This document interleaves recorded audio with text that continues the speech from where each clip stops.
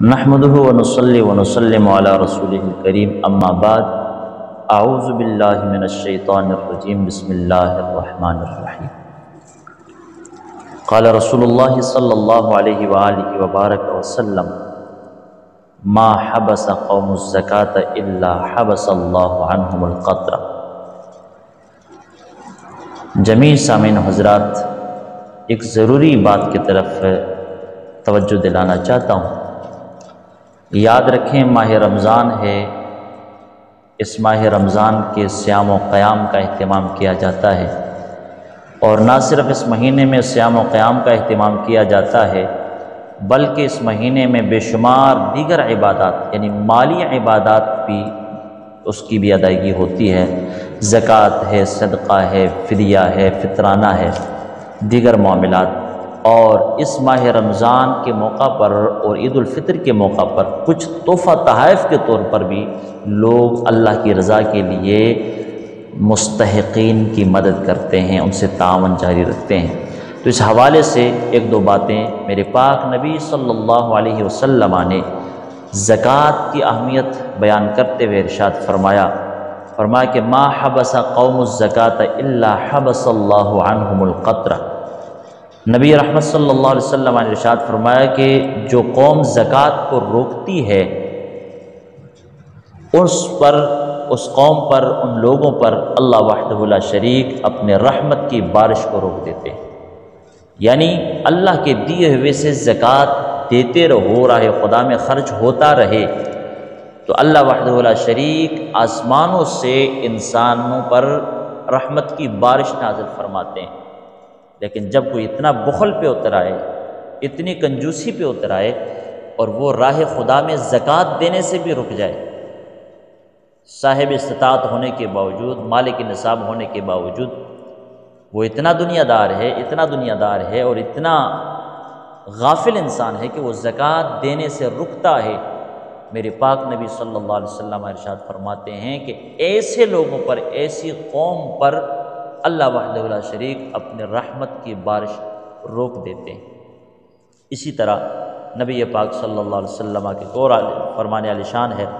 ام المومنین سیدہ عائشہ الصدیقہ رضی اللہ تعالی عنہ سے روایت ہے، فرماتی ہیں کہ رسول اکرم صلی اللہ علیہ وسلم نے ارشاد فرمایا ما خالطت الزکاۃ مالا قط الا اہلکت۔ فرمایا کہ جب بھی زکوٰۃ کا مال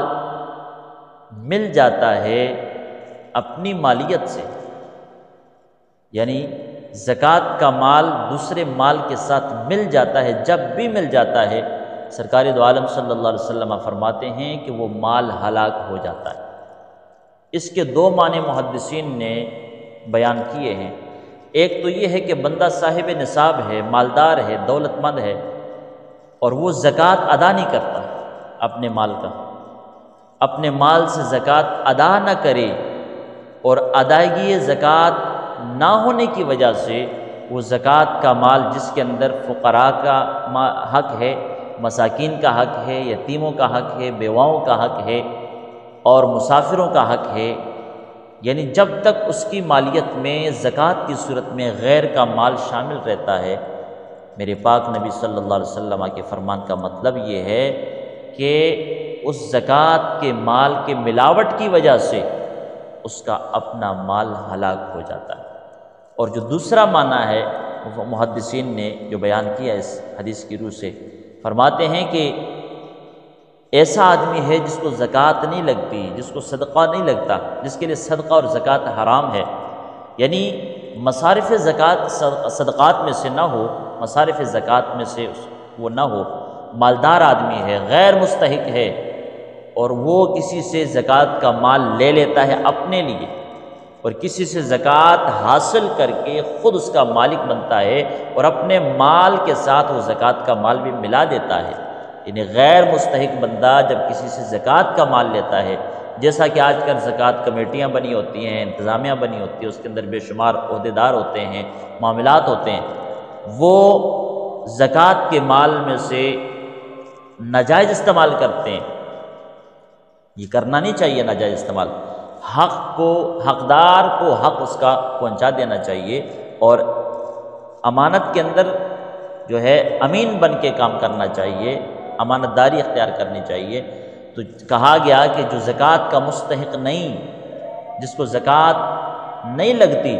وہ بندہ جب زکوٰۃ کا مال لے کر اپنے مال کے ساتھ شامل کرتا ہے، اپنے مال سے ملاتا ہے، اور زکوٰۃ کا مال بھی اپنے مال کے ساتھ لے کر کھا لیتا ہے، فرمایا اس ملاوٹ کی وجہ سے اس کا اپنا مال بھی ہلاک ہو جائے گا، وہ مال اس کا ضائع چلا جائے گا۔ ایک اور مقام پہ رحمت عالم صلی اللہ علیہ وسلم کے غلاموں، ذرا اس بات پر اندازہ لگاؤ کہ زکوٰۃ کی اور صدقات کی اہمیت کتنی ہے۔ سرکار دو عالم صلی اللہ علیہ وسلم نے ارشاد فرمایا، اس حدیث مبارکہ سے ہمیں یہ درس ملتا ہے کہ زکوٰۃ صدقات ادا کرنے سے بظاہر تو جیب خالی ہو جاتی ہے، بظاہر تو اکاؤنٹ میں مال کی کمی آ جاتی ہے، لیکن عند اللہ رب العزت کے پاک بارگاہ میں اس کے اندر کتنی برکتیں آتی ہیں، رب کتنی نوازشیں فرما دیتا ہے، رب کتنی برکتیں نازل فرما دیتا ہے، اور اس کے بدلے اللہ جو اس کا بدلہ دیتا ہے، صلہ دیتا ہے، جسے قرآن نے بھی کہا ان اللہ یجزی المتصدقین، کہ بے شک اللہ تعالی صدقہ کرنے والوں کو بدلہ دیتا ہے، صلہ دیتا ہے۔ تو اللہ رب العزت کی رضا کے لیے زکوٰۃ ادا کرنا اور صدقات و خیرات کرنا کتنی فضیلت رکھتے ہیں، اور اس کا فائدہ کیا ہوتا ہے، نفع کیا ہے۔ میرے پاک نبی صلی اللہ علیہ وسلم کا ارشاد گرامی ہے، سرکار دو عالم صلی اللہ علیہ وسلم ارشاد فرماتے ہیں الصدقۃ تسد 70 بابا من الشر،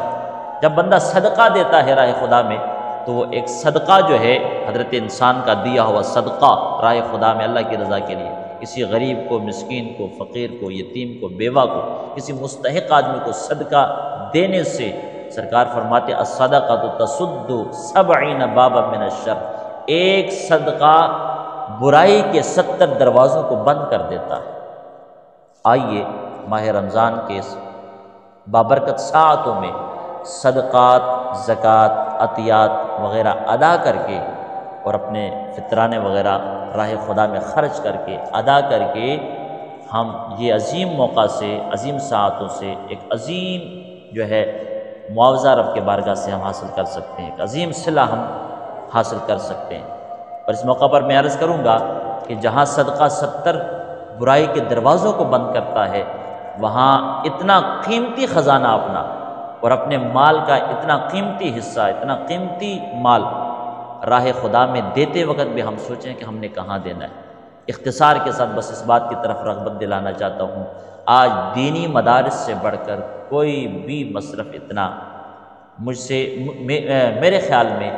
دینی مدارس سے بڑھ کر آج کوئی بھی مصرف اتنا جو ہے مجبور نہیں سمجھا جاتا، مستحق نہیں سمجھا جاتا، جتنا کہ صدقات، خیرات، زکوٰۃ کے لحاظ سے دینی مدارس جو ہیں وہ مستحق ہیں اس چیز کے۔ کیوں کہ اگر باہر دو تو زکوٰۃ کے مصارف میں سے کسی ایک مصرف کو تم زکوٰۃ دو گے، یتیم کو، بیوہ کو، مسکین کو، فقیر کو، مسافر کو، کسی ایک کو تم دو گے، لیکن دینی مدارس وہ مراکز ہیں، دینی مدارس وہ ادارے ہیں کہ جہاں زکوٰۃ کا ہر مصرف وہاں موجود ہوتا ہے،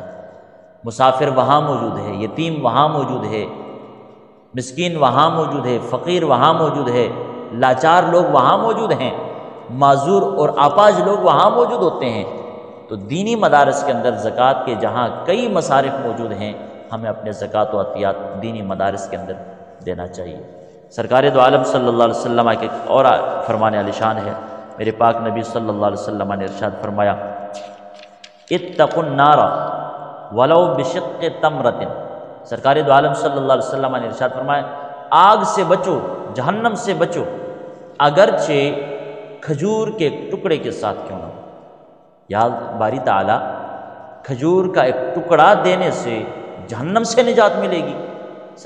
میں نہیں کہہ رہا، سرکار دو عالم صلی اللہ علیہ وسلم کا فرمان گواہ ہے، فرمان علی شان کے مصطفیٰ کریم علیہ السلام کا۔ سرکار دو عالم صلی اللہ علیہ وسلم نے ارشاد فرمایا اتقوا النار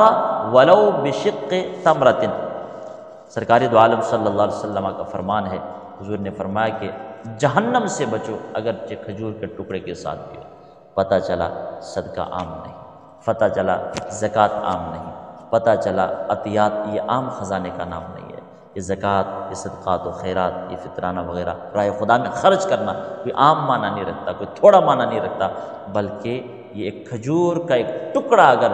خلوص کے ساتھ للہیت کے لیے راہ خدا میں خرچ کیا جاتا ہے، کسی مستحق کو اس کا حق پہنچا دیا جاتا ہے، تو فرمان مصطفیٰ گواہ ہے کہ اللہ چاہے تو اس ایک ٹکڑے کے کھجور کے ٹکڑے کے بدلے اپنے بندہ مومن کو جہنم سے نجات عطا فرما دیتا ہے۔ اللہ وحدہ لا شریک ہم سب کو عمل پیرا ہونے کی توفیق عطا فرمائے۔